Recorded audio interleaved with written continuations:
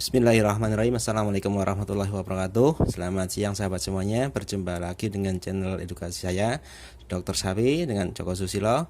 Sahabat, siang ini saya akan meneruskan YouTube kemarin tanggal 20 Oktober tentang hasil nekropsi kerak ekor panjang, sahabat. Nah, nekropsi kami lanjutkan untuk diagnosa lebih mendalam terkait penyebab kematian dari dua ekor kerak ekor panjang ini, sahabat ya.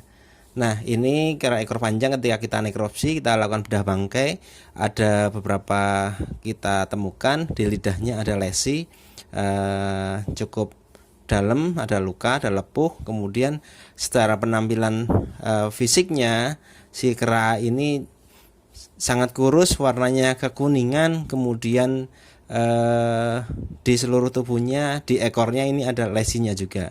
Kemudian kita buka ke dalam setelah pembedahan, di dalamnya kita lihat bahwa terjadi pembesaran kantong empedu, kemudian di dalam ductus biliferusnya juga kita lihat ada sumbatan. Nah, kita buka dalam kantong empedu ini, kita melihat ada sekitar 15 kristal-kristal batu empedu yang ukurannya sekitar 2-5 mm, kemudian diselubungi oleh cairan empedu yang berwarna coklat kehitaman, ada fibrinnya juga, ada jendalan juga, gumpalan seperti itu ya sahabat. Kemudian kita buka, isinya seperti itu sahabat. Nah, kemudian nekropsi ini kita lanjutkan dengan pengujian laboratorium, yaitu kita ambil cairan empedunya, kemudian kita lakukan pewarnaan gram secara natif langsung, kemudian untuk mendeteksi apakah ada bakterialnya, dan organ yang menciri kami lakukan pengujian histopatologi, sahabat semuanya. Nah, ini hasilnya seperti ini, dari nekropsi batu-batunya seperti ini dari hasil kita keluarkan. Kemudian dari hasil pewarnaan gram kita melihat ada beberapa bentuk bakterial, yaitu gram negatif ataupun gram positif. Di sini terlihat gram positif batang yang diduga itu merupakan Clostridium. Kemudian ada gram positif, gram negatif batang. Kemudian gram negatif yang kokus ataupun kokobacil cukup banyak, ada E. coli yang diduga E. coli, kemudian diduga salmonella, ataupun ada juga yang kita duga itu sebagai Klebsiella, sahabat. Nah, kemudian di pewarnaan hematoksilin eosin, di histopatologinya kita lihat terjadi pelebaran lumen dari ductus hepaticus yang dia terkoneksi ke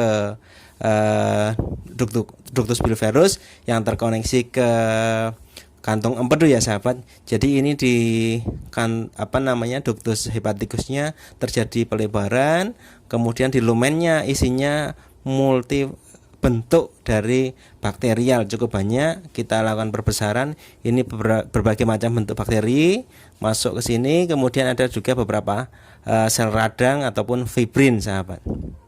Nah, kemudian ini sudah mulai menginfiltrasi ke jaringan hati, di mana dia masuk melalui ductus hepaticus, kemudian masuk ke sel-sel hepatosit. Ini menimbulkan kematian jaringan cukup besar, kerusakan jaringan cukup besar, ditandai dengan masuknya beberapa koloni bakteri masuk ke merusak sel-sel hati.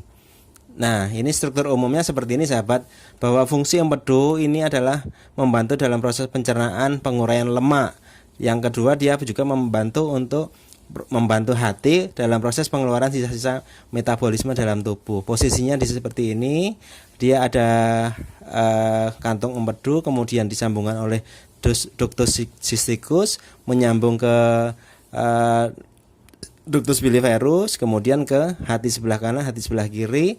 Nah, kemudian dia ke bawah menuju ke duodenum ataupun usus halus, kemudian sebelumnya tersambung oleh ductus pankreaticus, ini dari pankreas, yang dimana pankreas mempunyai fungsi untuk metabolisme glukosa, yaitu menghasilkan insulin, sahabat. Nah, ini seperti ini. Kantong empedu sendiri dia mempunyai badan, kemudian dia mempunyai leher, kemudian di situ tersambungkan oleh ductus cysticus untuk menuju ke hati atau menuju ke duodenum, sahabat. Ini seperti itu posisinya.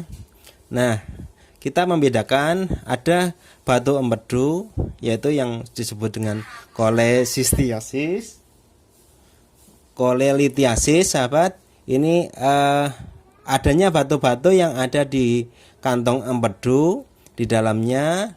Biasanya ini menyebabkan rasa sakit yang cukup tinggi ada di bagian dada bagian atas. Kemudian penyebabnya biasanya karena pola makan yang jorok, banyak lemak dan segala macamnya ini. Nah, ini yang memperberat fungsi empedu untuk membantu metabolisme dalam hati.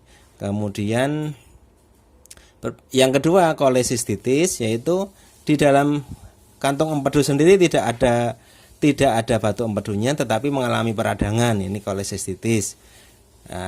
Kemudian yang berikutnya perbedaan antara kolesistitis dan yang kedua tadi, ini posisinya seperti ini, sahabat.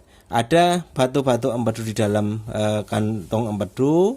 Kemudian ketika di dalam kantong empedu sendiri disebut dengan kolelithiasis. Tetapi kalau dia sudah menyumbat di leher ataupun di ductus cysticus disebut kolesistitis, kan seperti itu, sahabat semuanya. Nah, kemudian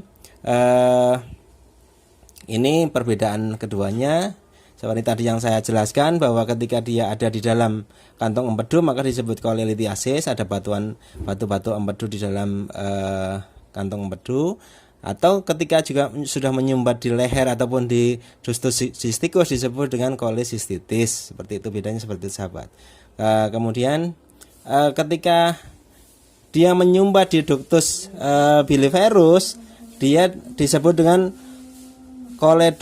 koledocholithiasis. Nah, seperti itu, koledocholithiasis. Ini biasanya ada penyumbatan di sini, kemudian tanpa disertai atau disertai dengan juga batuan empedu, sahabat ya semua.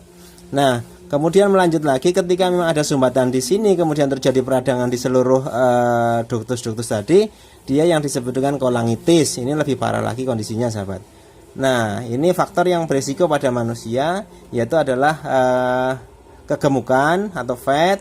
Yang kedua, pada ibu-ibu ini jauh lebih tinggi risikonya, umur di atas 40 tahun lebih tinggi risikonya. Kemudian seringnya makan barang-barang yang menyebabkan foreign body, ini menyebabkan tingkat risiko yang lebih tinggi.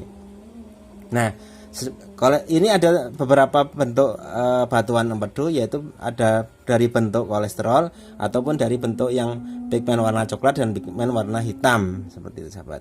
Nah, yang dari kolesterol ini biasanya dari ibu-ibu yang kegemukan, kemudian diet kolesterol tinggi, diabetes, kemudian hiperlipidemia, kemudian adanya pengaruh dari hormon wanita, seperti itu, sahabat.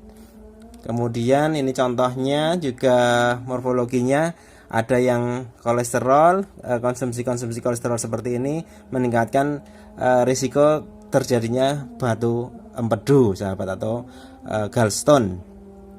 Nah, ini contoh-contoh dari yang saya ambil dari bukunya si Robin, Essential Pathology. Ini seperti ini bentuk batu-batunya. Nah, ada beberapa pembeda antara kolelithiasis, kolesistitis dan kolangitis. Kolesistiasis atau batu empedu saja yang ada dalam kantung empedu, dia hanya merasakan sakit di bagian kanan atas atau right upper quadrant. Dia di bagian perempatan sebelah atas, di dada sebelah atas merasakan sakit. Ini salah satu ciri dari kolelithiasis atau batu empedu. Kemudian kalau akut sistitis, dia juga selain ada nyeri di bagian kanan atas, ada demamnya. Ini akut kolesistitis. Kemudian kalau sudah ke kolangitis, karena ada bendungan di ductus biliferusnya, maka akan terjadi selain rasa nyeri yang sangat di bagian dada atas, dia ada demam dan juga ada disertai dengan penyakit kuning atau jaundice, sahabat semuanya. Nah, ini perbedaannya seperti itu. Mungkin itu, sahabat. Saya teringat pada saat di Jepang, kami berempat di Jepang, beliau adalah teman kami yang kebetulan juga mengambil S2 di Jepang. Waktu itu pagi-pagi jam 3 pagi dia mengalami sakit yang luar biasa di dada sebelah kanan atas. Kemudian dibawa ke rumah sakit, langsung didiagnosa dia mengalami batuk empedu, dan seketika itu langsung diberikan treatment, pengobatan, kemudian sembuh. Nah sahabat semuanya, apa hal yang bisa kita pelajari?